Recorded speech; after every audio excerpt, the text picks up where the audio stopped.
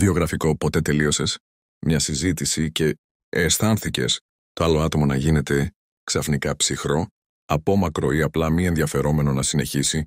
Ίσως αναρωτήθηκες γιατί δεν θέλουν να ανοιχτούν περισσότερο, γιατί έσβησε τόσο γρήγορα εκείνη η στιγμή η σύνδεση. Η απάντηση δεν βρίσκεται πάντα σε αυτό που είπες. Συχνά κρύβεται στο πώς άκουσες, στο πώς αντέδρασες σε κάθε λέξη, κάθε παύση, κάθε αναστεναγμό. Υπάρχουν διακριτές συνήθειες, σχεδόν αόρατες, που επαναλαμβάνουμε χωρίς να το αντιλαμβανόμαστε. Μικροσκοπικές συμπεριφορές που διαβρώνουν ήσυχα τη σύνδεση, σταγόνα-σταγόνα. Σε αυτό το βίντεο θα σας δείξω 5 κοινές συνήθειες συζήτησης.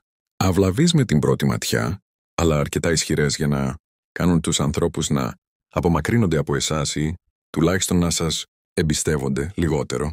Και η πέμπτη θα εκπλαγείτε. Σχεδόν κανείς δεν μιλάει για αυτή, αλλά έχει τη μεγαλύτερη επίδραση από όλες. Έπειτα θα αποκαλύψουμε πώς προσέγγιζαν οι στοικοί την επικοινωνία με ηρεμία, σαφήνεια και τη σπάνια δύναμη να κάνουν τους άλλους να αισθάνονται σεβαστοί απλώς με την παρουσία τους. Ας ξεκινήσουμε. Συνήθεια πρέρηρη διακοπή των ιστοριών των άλλων. Όταν κάποιος αρχίζει να μιλάει, ανοίγει μια πόρτα, σας επιτρέπει να μπείτε στον κόσμο του, στην ιστορία του, στο συναίσθημά του. Αλλά τότε εσείς μπαίνετε μέσα. Κι εγώ έχω πάει εκεί. Άσε με να σου πω για το ταξίδι μου. Νομίζετε ότι συνδεώσαστε, αλλά στην πραγματικότητα, μόλις πήρατε την εξουσία, η ιστορία του σταματάει στον αέρα και το προσκήνιο πηγαίνει κατευθείαν σε εσάς. Αυτό που νιώθουν εκείνη τη στιγμή δεν είναι σύνδεση, αλλά διακοπή. Η εμπειρία τους κόπηκε απότομα, η φωνή τους πλακώθηκε. Στην ψυχολογία, αυτό ονομάζεται συνομιλιακός ναρκισσισμός. Η ασύνειδη έλξη να τραβάτε κάθε διάλογο πίσω προς τον εαυτό σας, αντί να τον αφήνετε να αναπνέει γύρω από το άλλο άτομο. Όταν διακόπτετε, ακόμα και ακούσια, αυτό που πραγματικά λέτε είναι «Η ιστορία μου είναι πιο σημαντική από τη δική σου». Και αυτό σκοτώνει ήσυχα τη σύνδεση. Ο ακροατής νιώθει αόρατος, αδιάκουστος, ατιμοκίνητος. Σταματούν να μοιράζονται. Αρχίζουν να συντομεύουν τις σκέψεις τους. Και σιγά σιγά μαθαίνουν ότι το να ανοίγονται σε εσάς δεν αισθάνεται ασφαλές πλέον. Ο Μάρκος Αβρίλιος έγραψε μια φορά στις μεταξύ του «Κανείς δεν θαυμάζεται για το ότι ακούει τον εαυτό του να μιλά, αλλά όλοι σέβονται αυτόν που ακούει τους άλλους». Πώς λοιπόν σπάτε αυτή τη συνήθεια? Εξασκήστε σε μια άλλη την ενεργή σιωπή. Όταν μιλάει κάποιος, ακούστε πραγματικά. Μην σχεδιάζετε την απάντησή σας. Μην περιμένετε τη σειρά σας. Να είστε πλήρως παρόντες, σαν να μην υπάρχει τίποτα άλλο εκτός από αυτή τη φωνή μπροστά σας. Όταν τελειώσουν, ρωτήστε κάτι που εμβαθύνει την ιστορία τους. Ποιο μέρος αυτού του ταξιδιού σου έμεινε περισσότερο? Αυτή η μια ερώτηση τους λέει ότι νοιάζεστε. Όταν κάνουν παύση, αναγνωρίστε το πριν απαντήσετε. Η ιστορία σου ήταν τόσο ζωντανή και όταν επιτέλους μοιραστείτε τη δική σας εμπειρία, ξεκινήστε με «Ακούγοντάς σε, μου θύμισες την εποχή που συνεχίζει τον ρυθμό χωρίς να κλέβει την παράσταση». Ένας στοικός ξέρει πώς να συγκρατεί την παρόρμηση του εγώ να μιλήσει. Κρατούν την παρόρμηση μέσα τους και κατευθύνουν την προσοχή προς τα έξω. Όταν μιλούν οι άλλοι, εκπαιδεύουν το μυαλό τους να μένει ήρεμο, να μην περιπλανάτε στο τι πρέπει να πω μετά. Μπορείτε ακόμη και να εξασκηθείτε στην αυτοπαρατήρηση.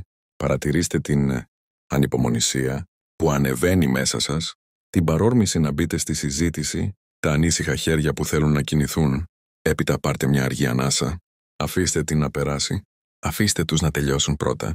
Γιατί κάθε φορά που επιλέγετε τη σιωπή, δεν σέβεστε μόνο εκείνους, αλλά ενδυναμώνετε και τον εαυτό σας. Συνήθεια δέτη. Η παροχή συμβουλών όταν κανείς δεν τη ζήτησε.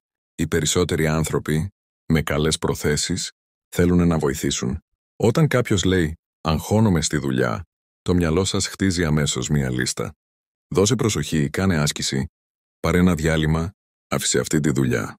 Θέλετε να διορθώσετε τα πράγματα, θέλετε να είστε χρήσιμοι. Ακούγεται ευγενές, αλλά για κάποιον που πονάει, αυτά τα λόγια μπορεί να κόψουν σαν λεπίδα.